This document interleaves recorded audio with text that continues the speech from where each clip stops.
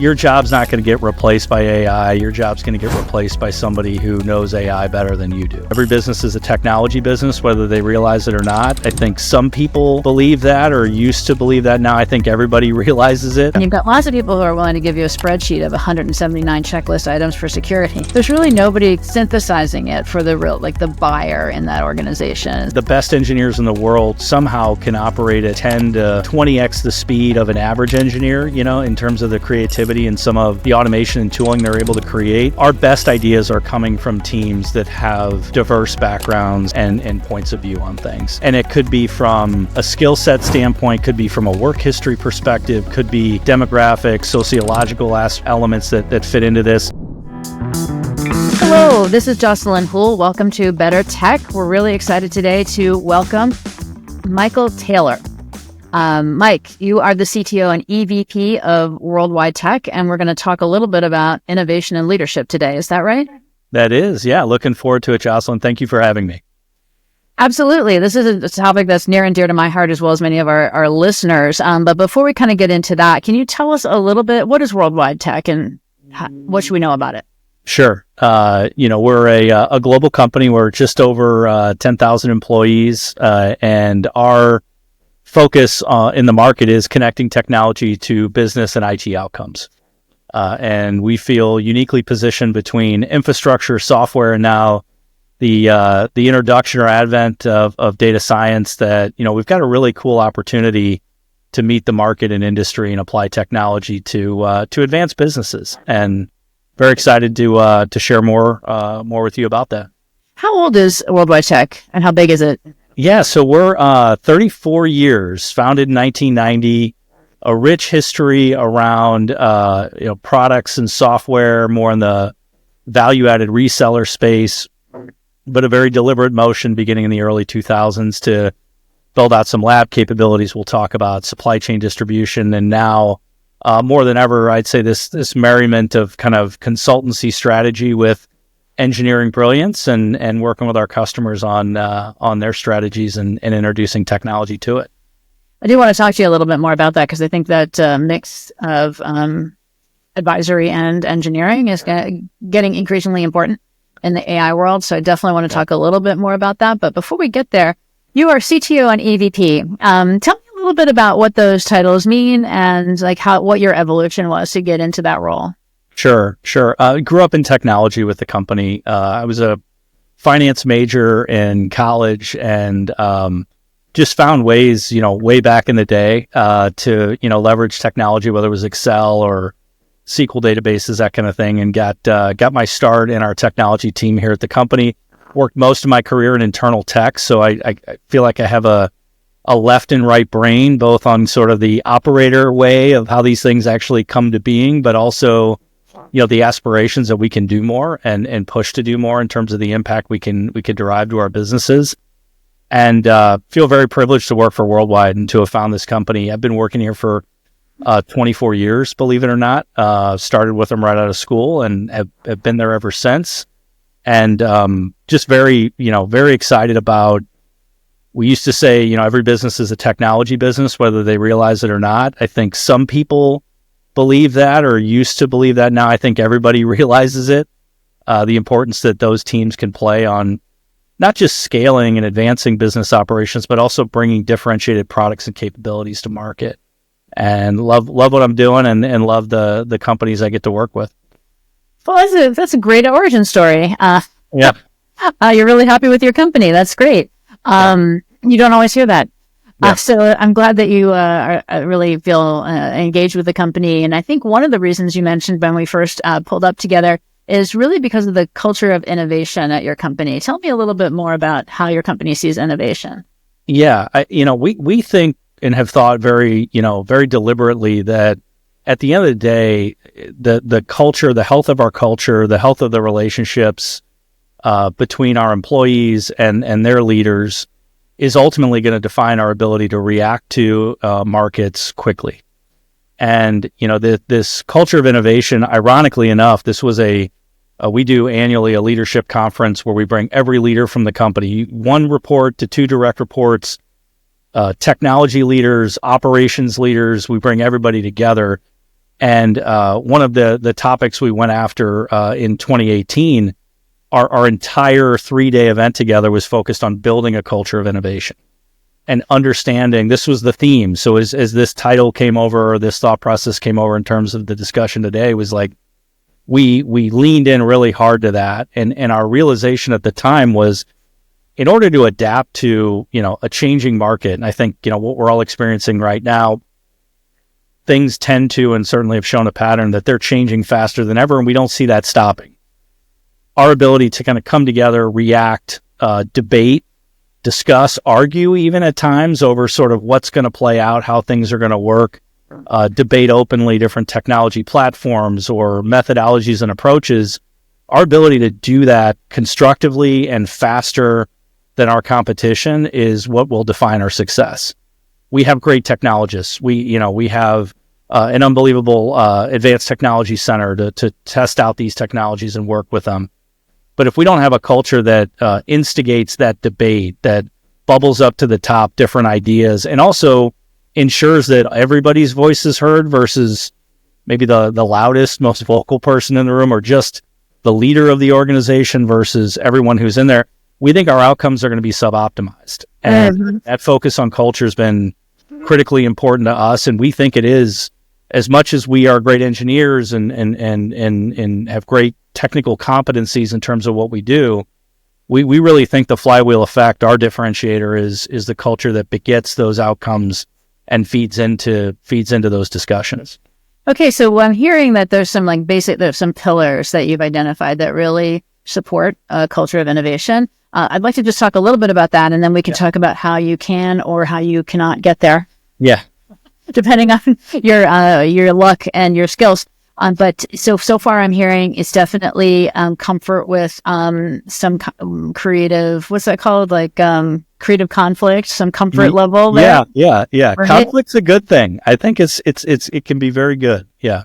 Yeah. And then inclusion, right? Definitely. I heard you refer to some excellence in engineering. You do need some baseline of talent. Sure. What are some other big pillars that, if any, that I've forgotten here? Yeah, I think it's really important to have and create, time and space for people to do this, and actually engage in these sorts of discussions or information sharing. And, we all do. I'm sure, Jocelyn, you're in the same boat, right? We're all on this, we've got a lot of things to do. Our scarcest resource is time generally to be able to get those things done. And so taking a deliberate effort to say, how do we schedule, time to innovate, debate, share ideas, and constructively come together?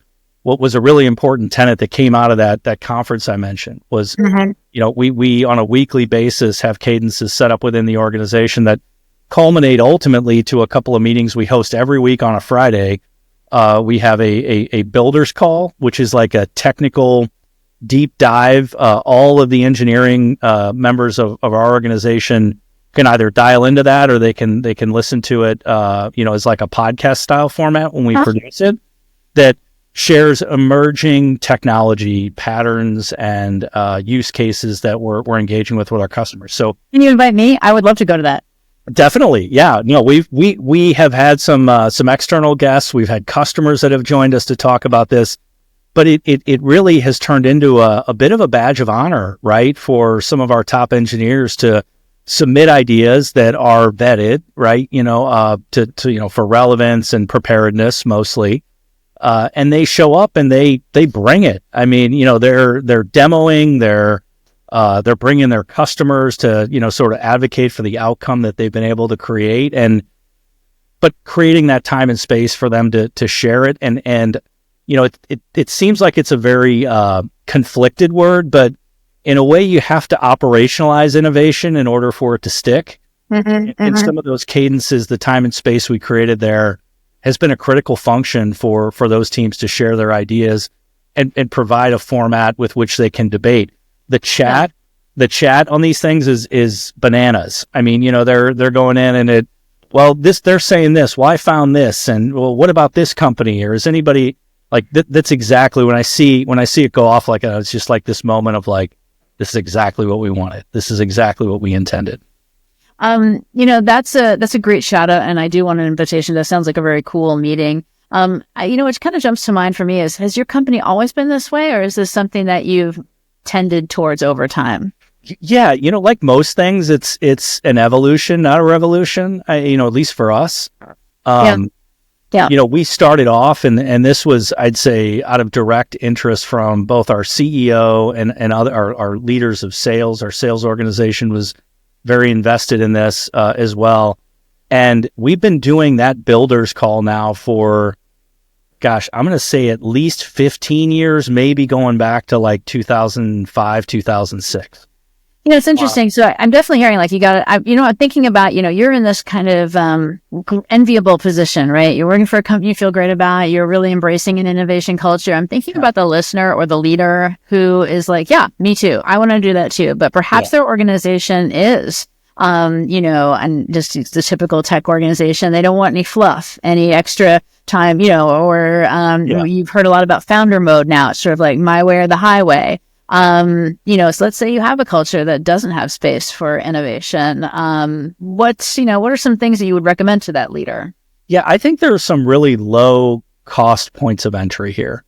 If you think about just the human condition in general, people, especially engineers, top engineers, they have great ideas. The best engineers in the world somehow can operate at 10 to 20x the speed of an average engineer, in terms of the creativity and some of the automation and tooling they're able to create. It doesn't take a whole lot if you provide just a little bit of time for them on a weekly or monthly basis to submit and share those ideas. So the overhead we bear kind of in that weekly meeting to share this information is extremely low. Now, it's taken us a little while to get there, to vet the topics, to figure out who we should invite, who should attend. But the fact that it's available on demand and, it's super relevant topics to the group that's out there, I think those little things go a very long way.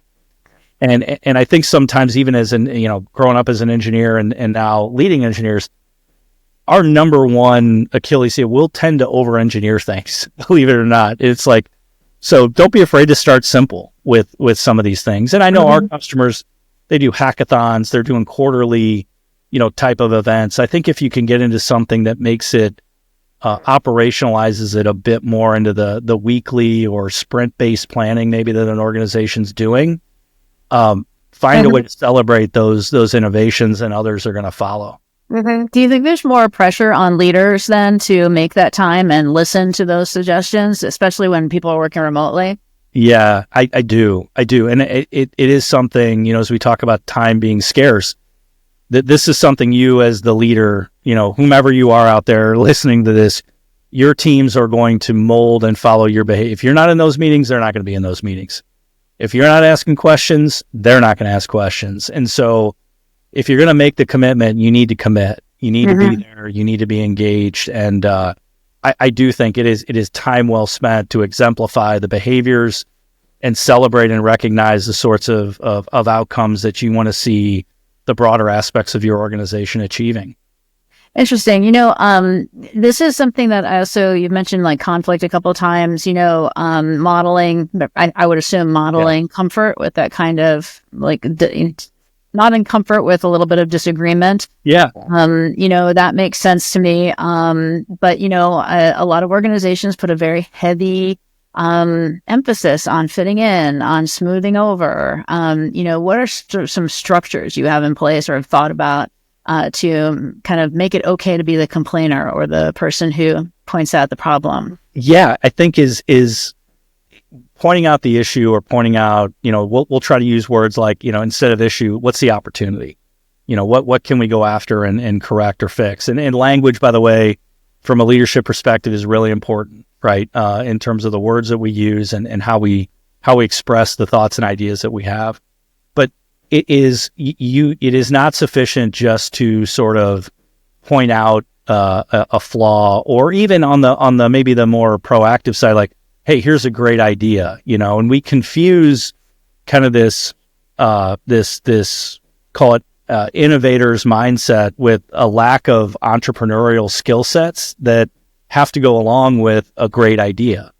to just express that you feel differently about something or that you think you have a better way to do it, you're going to have to go a little further. I want you to show me, right? I want you to be able to convince others maybe that this is a good thing to do versus just, sort of expressing an alternate idea, maybe discontent with a current approach. How do you take call it the innovator mindset? And we use this illustration in a Venn diagram format. It was like the innovator mindset overlapped with the entrepreneur. Skill sets that an entrepreneur have around, the structuring of a particular problem set, the examination of like, is there a market for this? Does this even matter? Or is it just a cool technical widget that somebody wants to go and explore? And so the challenge back to our teams is a great idea, very good input. Are you going to get in the game and participate? Or because if you're just going to stay on the sidelines, you're maybe not going to be as relevant as those that are going to stick their head in the huddle here and get involved and help solve something. Yeah, interesting. I think that's a good perspective. And since you have that engineering background, that it's often hard to find somebody who's in the intersection of that Venn diagram, right? Takes a team. So that's interesting. I'm sorry, there's too many things I want to talk about with you. So you also mentioned a little bit around inclusion of multiple points of view. A lot has been said about maybe having a structure around this, or how do you know if you're doing it? Let me actually just sort of like, what do you count as inclusion of, multiple ideas? Like, what does that mean to you? Yeah, I would say first, to illustrate our best ideas, even historically, as I go back and look at the last, call it 2 or 3 years, our best ideas are coming from teams that have diverse backgrounds and points of view on things. And it could be from a skill set standpoint, could be from a work history perspective, could be demographic, sociological elements that fit into this, could be tenure of service with the company. I mean, it all these different variables, but undeniably, our best ideas are coming from groups of people with diverse and different backgrounds versus single individuals that just see something from beginning to end and it magically becomes, this great idea. Right. It really can take off. Yeah. I'm glad you said, like different work histories, because I just to double click on what you're saying is that I also think just young people, a lot of organizations, because I work with financials so frequently, they're like, well, if you don't know this weird thing in finance, you can't possibly contribute. Yeah. And in fact, I think it's kind of the opposite, because people come in with a fresh perspective. Couldn't agree more. Sometimes it's what you don't know, Right. I mean, we could think of too many reasons why something isn't going to work versus the 1 or 2 reasons why we can't.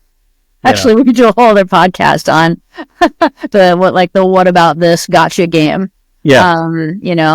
Definitely. That's a whole separate topic, but it's kind of related to also making mistakes, right? Like an innovation culture is also a culture where mistakes are made. Completely. How do you handle that or think about that in your own career?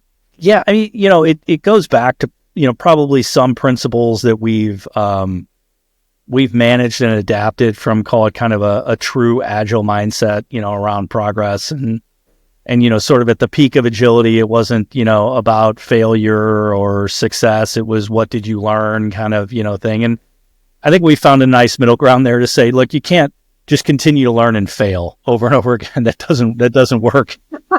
But can we look at things and say that the bets we're making, the ideas that we're chasing, there's a lot of room between success and absolute failure, right? The things that we're learning throughout those efforts help shape or move the direction maybe a degree or 2 left or right. It is extremely rare, and I'm like challenging myself to think about if there was something we went after that just became a total failure.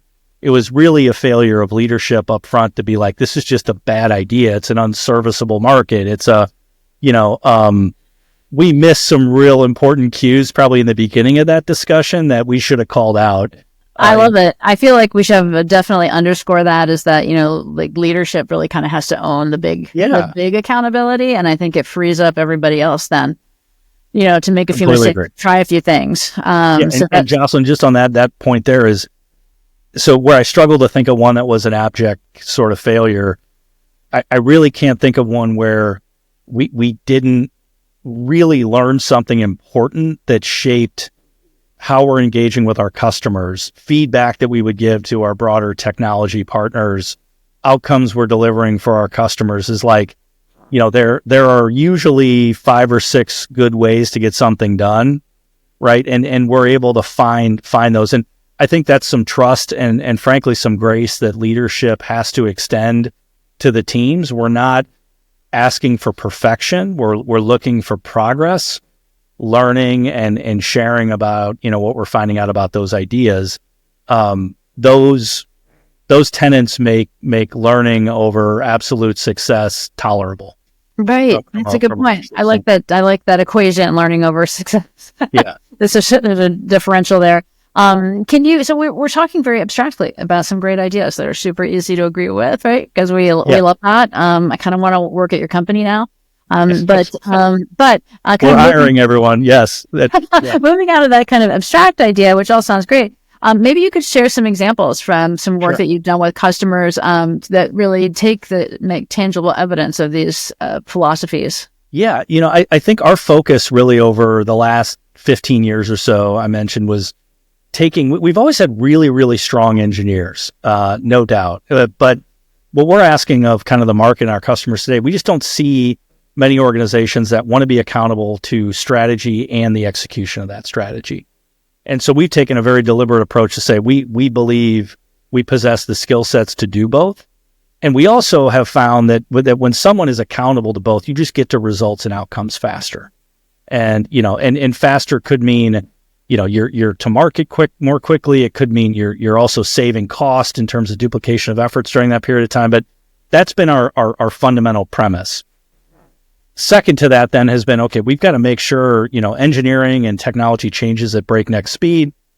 The real brainchild behind that for us was the creation of our Advanced Technology Center to keep our engineers trained up and running on the latest and greatest tech that's out there. And now, AI and everything that's going on with that. So that's sort of the strategy, how the strategy comes together. What that's offered us then is the opportunity to work with some of the largest companies and brands in the world to help them understand, earlier days, when every company became a technology company, how does digital data science, application development and modern application development help impact how companies bring products to market, how they service and engage with their customers.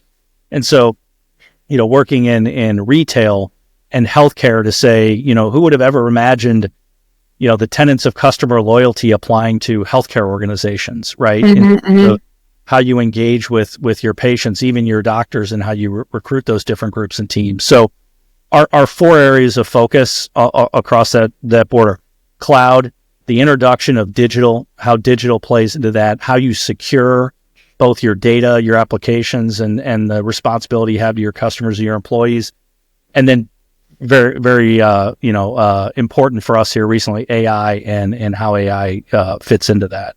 So we've had an AI practice now for 10 plus years. I feel like, there's a motion in the market today. It's like, oh, everybody's an AI company. It's like, yeah, maybe. Like, how long have you been doing this? What kind of expertise do you have? We've been doing this for a very long time and, have delivered over 75 different projects, including AI and AI outcomes for our customers. What they're asking for us today, is what is a practical approach in the midst of all the hype and all the energy that's going on in the market? What's a practical approach to delivering reliable and secure AI outcomes to their employees and their customers? And that is, consuming the majority of our time today in connecting technology to business and IT outcomes. Well, I don't know if you know this, but it's actually a rule now. You can't do a podcast without talking about AI. Yeah. But you've been thinking about it for a little while. I do want to actually kind of dive in on AI and ask you a couple of questions because innovation is a really interesting concept in the AI world. I also work in the AI world and secure AI, but just real quick, you mentioned the Advanced Technology Center. I don't know what that is. Can you tell me a little more about that? No problem. Yeah, we in 2005, I mean, it's crazy. It's almost been 20 years that we've been doing this, but we stood up a set of infrastructure, initially kind of on-premise based back in 2005, infrastructure to begin training our employees to maintain that core of engineering excellence. So really, where did they have a playground to kind of test, learn, develop on new technology? You fast forward almost 20 years later now, we have a total of 6 different data centers. We have cloud connectivity to all the major cloud and service providers out there. And we perform 4 key functions within our Advanced Technology Center. The first is our customers are coming to us. So think like in the space of AI security, deep fake, big deal right now, for customers, in particular, financial services, healthcare, highly regulated manufacturing and energy. We have infrastructure, call center type infrastructures that we've set up, and we're doing proof of concept testing with emerging deep fake detection companies to say who is the best at, video, biometric, and voice, certainly deep fake detection. So that all these stories you read about wire transfers that never should have happened, or medical records that are being shared improperly, those sorts of things, we're going in there, we're testing that out for a few of the large global banks, right? That's great. I mean, I can't, if anyone was listening, I just have to underscore this, like, so many people depend on secondary reading and whiteboarding and talking, and there's just nothing that beats setting it up and running it. Totally. Either as like a buyer or even in the innovation space, like just starting to do things. So that's such a cool component of your innovation platform. And we bring customers into it, Jocelyn. So what we don't want to do is like, this isn't some like walled garden that nobody can be involved in, as even that proof of concept I was mentioning to you. And by the way, we've now done it for a handful of institutions. It's like the next company that comes to us and says, hey, we're looking for some deep fake. It's like, hey, let's just fast forward. So let's reduce the time it's going to take you to figure out what you need to be using. We've already tested all this stuff. These are the 1 or 2 products you really need to be looking at. Mike, and it's like, if we do have like entrepreneurs out there, just the ability to even set up a test like that one time inside of a bigger organization. Now, it was like a 6 to 9 month event horizon. And I'm not exaggerating. You got to do like, there's just a lot of paperwork involved and people. And so if you had somebody, an organization that was like, hey, we've got this thing percolating and going right now, or we have findings to share with you, it's a huge lift for customers. It's all about, from our perspective, it's all about speed. What can we do? And more broadly, for you or anybody listening in, we're also taking an approach here where we want to open source these ideas and these findings to the broader community. So, you go out to WWT.com, you're going to see us producing this information to say, that's cool, here's what we're finding. So think of it a bit like maybe a magic quadrant or, something along those lines, with the exception that we're actually testing the technology. We have our hands on it. We're working shoulder to shoulder with our customers as they test these things out to determine what technology is going to be the best fit for them. And that has traditionally played out across network, cloud, server, and now we've launched an AI proving ground where we have the support of NVIDIA and all of the major AI players to contribute not just their GA product, but their emerging product capabilities, both hardware and software stacks, where our customers can come in and determine, for this combination of an LLM and a network and a high-performance compute architecture against the data sets they have and other things, how do we help right-size that environment for them so they're, again, speed to delivery, they're getting to that AI outcome faster than if they had to put those piece parts together. And you clearly have experience doing this, because the 6 to 9 month time frame for most of our customers is spot on. Sometimes it's even longer. Yeah. And we want to fix that. We want to help solve that problem. I think that's just having a service like that alone. Yeah, it's the struggle is real to really find out the capabilities and what your decisioning process even is. There's just so many leaders now, kind of at your level and maybe one step below, who have to make pretty big checks, and they don't have a clear sense of like what are the capabilities they care about or how to evaluate it. It seemed to me like a lot of times you have like the CEOs like, build something that makes more money or reduces risk. The big idea is there. And then you've got lots of people who are willing to give you a spreadsheet of 179 checklist items for security. There's really nobody synthesizing it for the real, like the buyer in that organization. So I'm going to check out that website. That is actually very useful. No, you nailed it. And with security, the outcomes are even more critical, right? I mean, and you can't, and they can't be abstract, right? You have to test it out. You can't get it wrong, right? You got to move fast. You can't get it wrong. Speaking of not being able to get it wrong, I wanted to talk a little bit about innovation in the AI space, because in the olden days of like 10 minutes ago, we were able to straight through processing for the most part, even when we're using machine learning or like rudimentary AI. You could really trace kind of like, this is what I put into the system, and like here's the answer I got on this day with this much drift and this particular schema. And now it's a non-deterministic system that's delivering your innovation or part of your innovation plan. So it's pretty different. Do you see that difference? We do. And I think this is a little bit where, the gap between what you and I might be using, whether it's, I'm not going to mention it, but any of the LLMs out there that we're all, using today. I use all of them. I now subscribe to every single one. My husband loves. Same. Yes, same. And I busted my teenager on Sunday doing his calc work on one too. I'm like, okay, wait a minute. What is this? I know this screen. What are you doing out here? If his teachers listen to this, please be kind. We work through it, but I'm sure they've never seen such a thing. Right. Exactly. But I look at it and it is a bridge a bit between, in those models, it does feel very closed system. There isn't a whole lot for us to necessarily understand around source data. There isn't, it depends on what you're using, but the ability to say, hey, can you cite your references? Can you point me to your references? And that's where we're helping bridge I'll call it the largely commercially available models to, okay, how do we focus on something that is more specific to industry, regulated industry perhaps, and outcomes that ultimately are binary. You're either right or you're wrong, and the consequences of right or wrong are more meaningful than maybe you or I misquoting something or getting information that was misleading. So the ability to one, I think, overcome these ideas that, for model training and or inference, more data is better. Not always. And we're seeing far more. We kind of called this a year ago, that we thought there'd be far more small language models coming out from a standpoint of the amount of data does not need to be large, but the answers need to be precise, or the examples need to be accurate and pertinent to what's being built there. And so I'm sure you've heard more of this as well, your listeners as well, but these agentic models that are out there where it's building models more specific to discrete functions versus, I think aspirationally what we're all chasing is sort of AGI, and I can kind of ask it anything. It has the context and everything.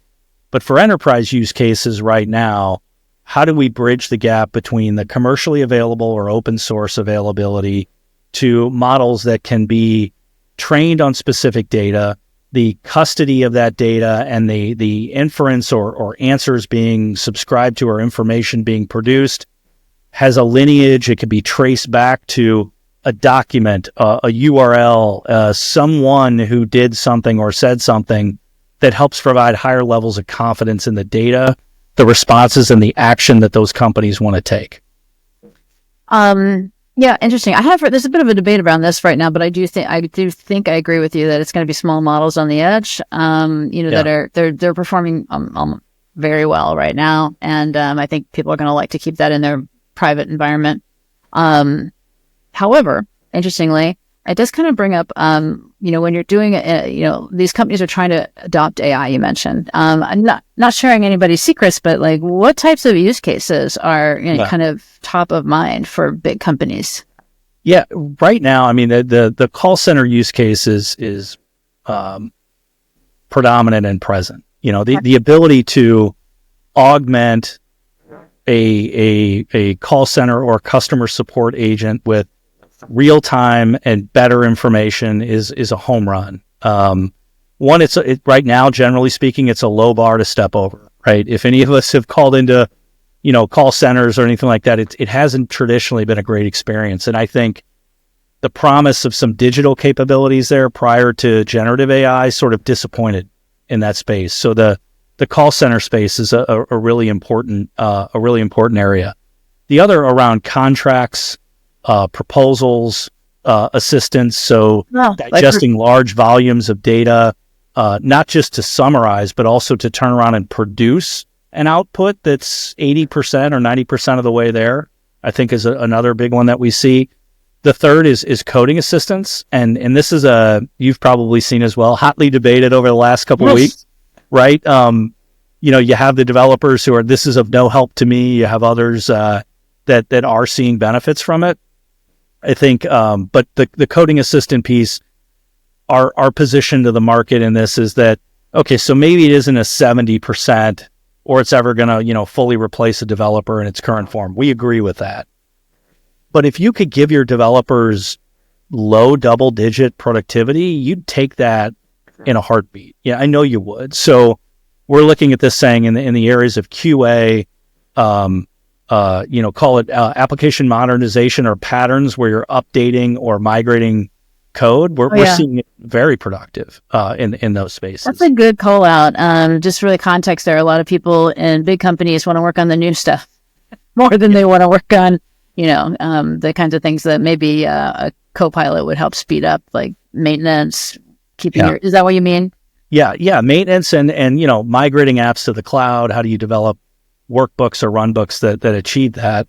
The most interesting pattern, though, that I would share around it, Jocelyn, is that where we start with our customers generally around the prioritization of the use cases, we consult to build alignment between the business and the technology teams and make sure that we're in lockstep on those things.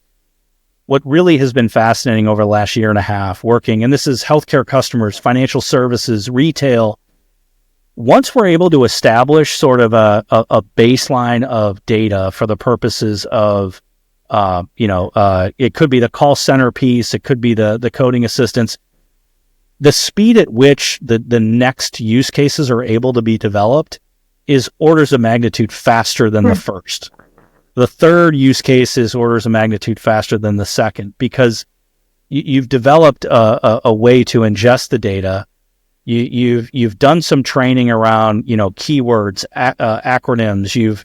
You've modified the vectoring of some of this information to be more relevant to that private enterprise, and the use cases sort of start to compound in a way that we're like by the 10th, 15th, 20th use case that you're building off of the same or similar data, that this really starts to speed up, and the mean time to deliver outcomes is shrinking as we get further down the use case chain, if that makes sense. Yeah, absolutely. Because that's what I hear from customers too, is that the use cases, so the dominoes start falling more easily after you start putting few things in production.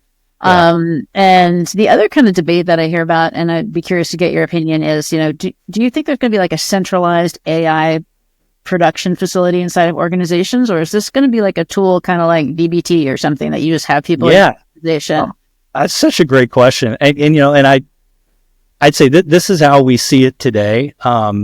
Yes, you can reserve the right to change your mind since everything changed. Yeah, it does. It does. But I mean, you would have a perspective on this too. I'd be interested in your thoughts on this answer. But I do think there are patterns of just technology and systems design that we can lean into here and be like, okay, this is kind of directionally the way this is probably going to play out.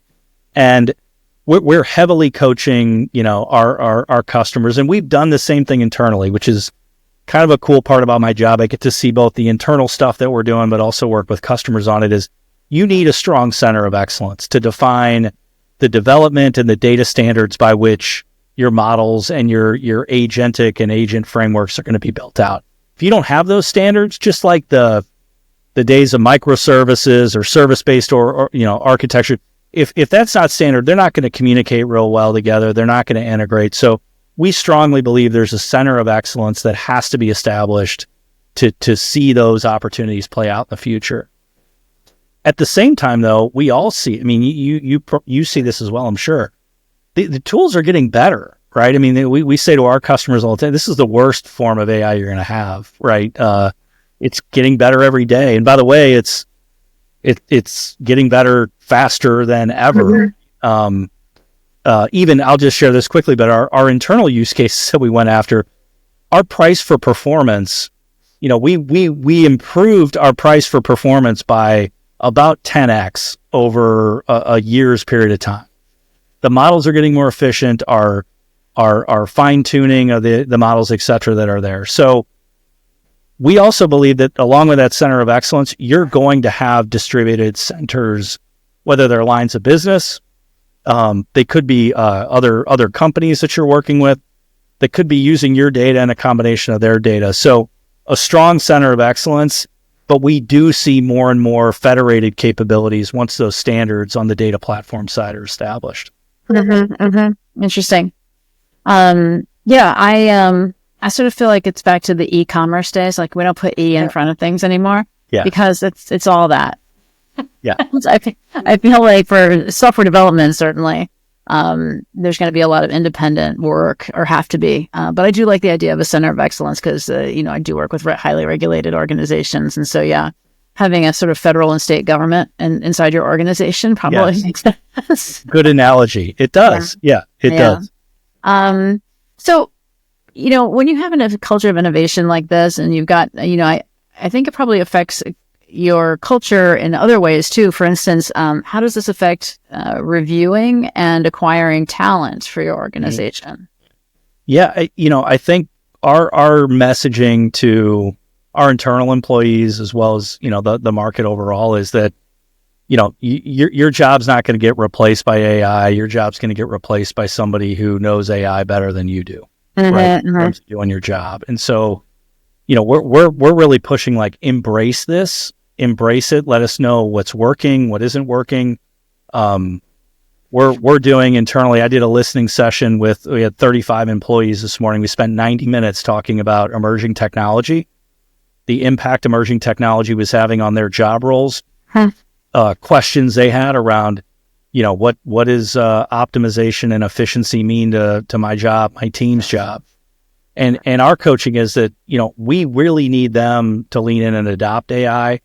And then also, though, start imagining as these mundane tasks are done. You even mentioned on the app development side, I don't know that there's a driven app developer who gets out of bed every morning like, I want to refactor apps for the cloud. Like, let's go. It's like, no, they want to invent new applications and capabilities and features that impact people and businesses and communities, et cetera.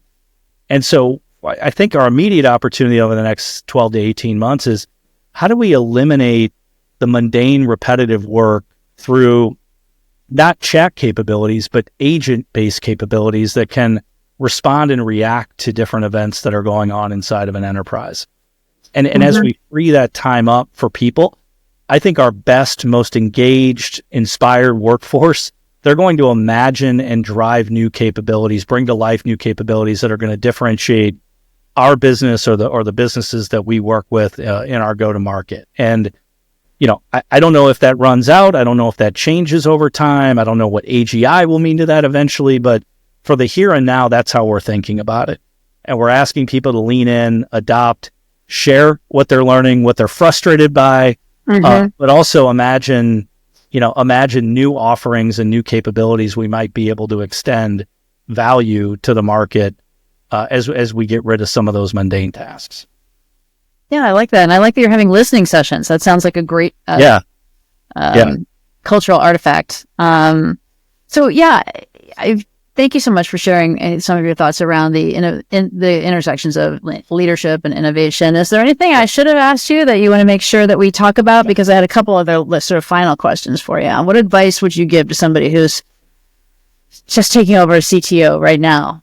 Yeah, I think this is one that, could come off as, oh, Mike, that's easy for you to say.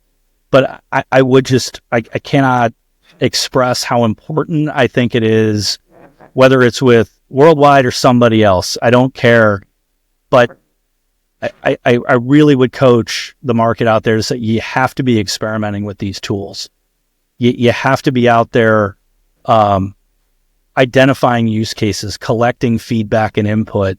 And if you're not experimenting, or if you haven't been able to identify use cases that are, they're not going to incite, audits from regulatory and government compliance, but they are meaningful and they do help you get organized around what a center of excellence for your organization might look like. you got to lean in, and you got to lean in with a little faith that this is big enough that you don't want to be on the sidelines as it moves past us. And I agree. I'm sorry. I think there's a lot of things in tech, because I've been around for a long time. There's a lot of things where I'm like, you know what? I'm going to sit here and see if that pans out. I'm going to sit back for a second because, I'm a tech maximalist. I can jump in on anything. And that's usually a good idea. Sit back for a minute. Let the total like bleeding edge folks take a few hits before you get in. That's not true in this case. I have to agree. In this case, it makes sense to get in now because it's happening.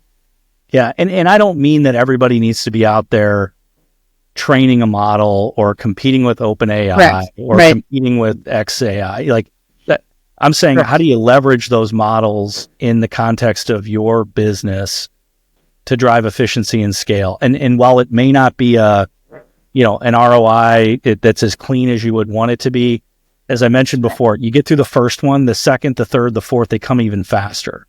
And I think that, if you're not already in that center of excellence mode, experimenting with a handful of use cases, you need to catch up. You really do. And, I think it's for the good of your business. Well, it's good advice. I see that you spend a lot of time innovating. I've heard a few times here you spend a lot of time in listening sessions and innovation meetings. It's a lot of time spent. I understand that you also work with, balance it out with some work with nurses and newborns. Is that? Yeah. So tell me a little bit about that. Yeah. Nurse for Newborns. I'm a retired board member right now, but very near and dear to me. They work with at-risk families who are bringing home newborns that have a risk of complication.